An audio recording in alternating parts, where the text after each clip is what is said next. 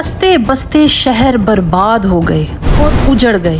وہ شہر جہاں کبھی بازاروں میں رونقیں ہوا کرتی تھی، گلیوں میں ہنسی کی آوازیں گونجتی تھیں، کھیتوں میں سبزہ لہلہاتا تھا اور ہزاروں کی آبادی اپنی زندگیوں میں مصروف تھی، اچانک ایسے اجڑے کہ وہاں صرف خاموشی اور کھنڈرات ہیں۔ یہ وہ بستیاں تھیں جو اپنی طاقت، دولت اور عیش و عشرت پر گھمنڈ کرنے لگی تھیں، لیکن جب ان پر خدا کا عذاب نازل ہوا، لمحوں میں زمین لرز اٹھی، آسمان سے قہر برسا اور آبادیاں اسی وقت مٹی میں مل گئیں۔ کچھ کے اوپر پتھروں کی بارش ہوئی، کچھ زمین میں دھسا دیے گئے اور کچھ کے دریا خون میں بدل گئے۔ وہ لوگ جو کل تک بڑے بڑے محلات میں رہتے تھے، آج ان کے نام و نشان تک باقی نہیں رہے تھے۔ کیا وجہ تھی؟ ان قوموں پر اللہ کا عذاب کیوں نازل ہوا؟ ان کے شہر کیوں اجڑ گئے؟ وہ بستیاں کیوں ہمیشہ کے لیے مٹ گئیں؟ آج کی ویڈیو میں ہم آپ کو قرآن مجید اور تاریخ کی روشنی میں لے کر چلیں گے 5 ایسے مقامات کی طرف جہاں اللہ کا عذاب آیا۔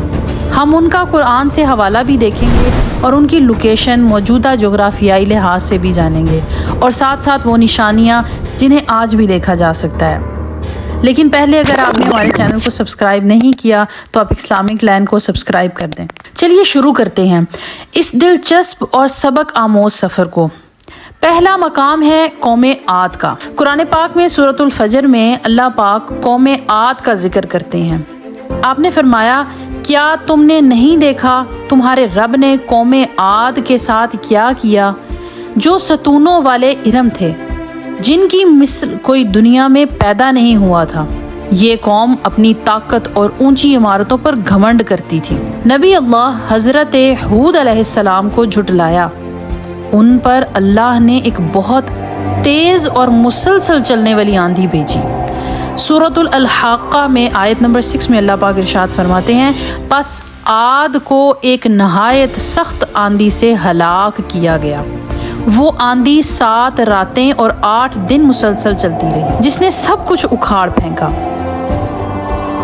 آج یہ علاقہ رب الخالی ڈیزرٹ، سعودی عربیہ، عمان، UAE اور یمن میں موجود ہے۔ دنیا کے سب سے بڑے ریگستانوں میں شمار ہوتا ہے۔ وہاں اب صرف اور صرف ریت ہی ریت ہے، کوئی آبادی نہیں ہے۔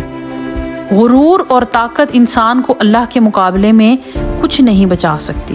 دوسرا ذکر ہے قوم سمود کا، جسے مدائن صالح بھی کہا جاتا ہے۔ قرآن پاک میں سورۃ الشمس میں اللہ پاک ارشاد فرماتے ہیں، تو ان کے رب نے ان کے گناہ کے سبب ان پر قہر نازل کیا اور سب کو برباد کر دیا۔ یہ قوم حضرت صالح علیہ السلام کی امت تھی۔ اللہ تعالیٰ نے انہیں پہاڑوں سے گھر بنانے کی طاقت دی تھی۔ اللہ نے بطور نشانی ایک اونٹنی بھیجی، مگر انہوں نے اسے قتل کر دیا۔ پھر ان پر ایک خوفناک چیخ آئی جس نے سب کو ہلاک کر دیا۔ ان کے کھنڈر آج بھی مدائن صالح شمالی سعودی عربیہ میں دیکھے جا سکتے ہیں، جہاں پہاڑوں کو کاٹ کر بنائے گئے گھر اور محلات کھڑے ہیں۔ یونیسکو نے اسے ورلڈ ہیریٹیج سائٹ بھی قرار دیا ہے۔ اللہ تعالیٰ کی نشانیوں کو جھٹلانے والوں کو دنیا میں بھی عبرت بنا دیا جاتا ہے۔ تیسرا مقام ہے قوم لوط کا، جسے بحر مردار بھی کہا جاتا ہے، یعنی ڈیڈ سی بھی کہا جاتا ہے۔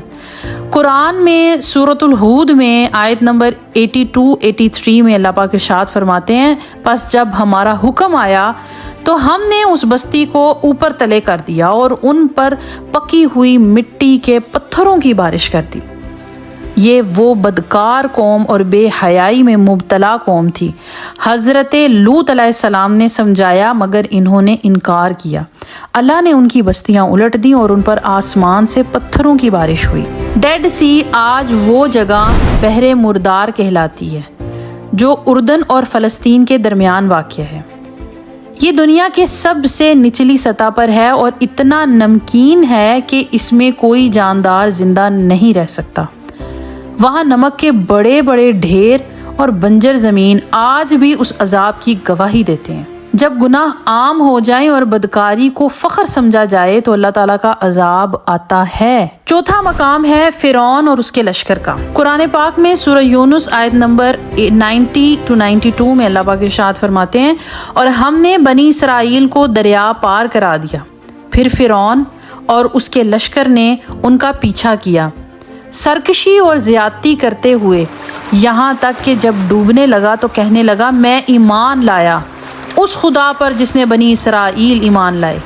اللہ نے فرمایا اب، اور ہم نے تیری لاش کو نجات دی تاکہ تو اپنے بعد والوں کے لیے نشانی ہو جائے۔ فرعون نے خدائی کا دعویٰ کیا اور حضرت موسیٰ علیہ السلام کا مقابلہ کیا۔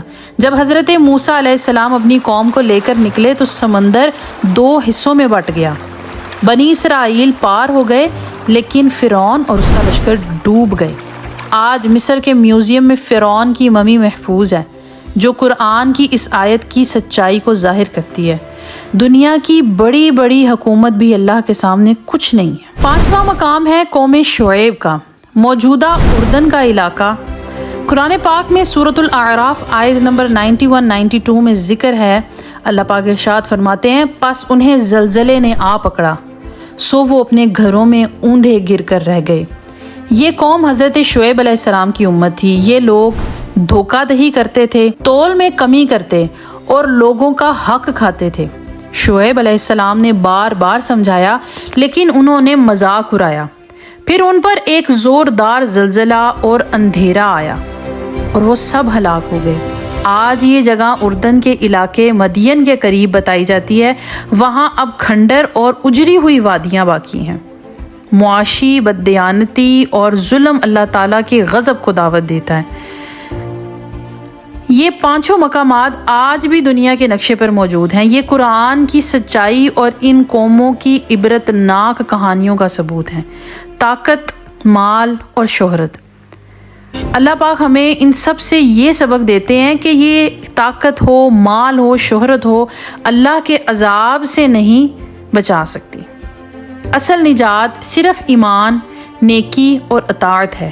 آئیے عہد کریں کہ ہم ان تباہ شدہ قوموں سے سبق سیکھیں گے اور اپنی زندگی قرآن اور سنت کے مطابق گزاریں گے۔ اللہ ہمیں اپنی رحمتوں کا مستحق بنائے، نہ کہ عذاب کا۔ اگر ویڈیو پسند آئی ہو تو لائک کیجیے، شیئر کیجیے اور مزید اسلامک ویڈیوز کے لیے اسلامک لینڈ کو سبسکرائب کر دیں۔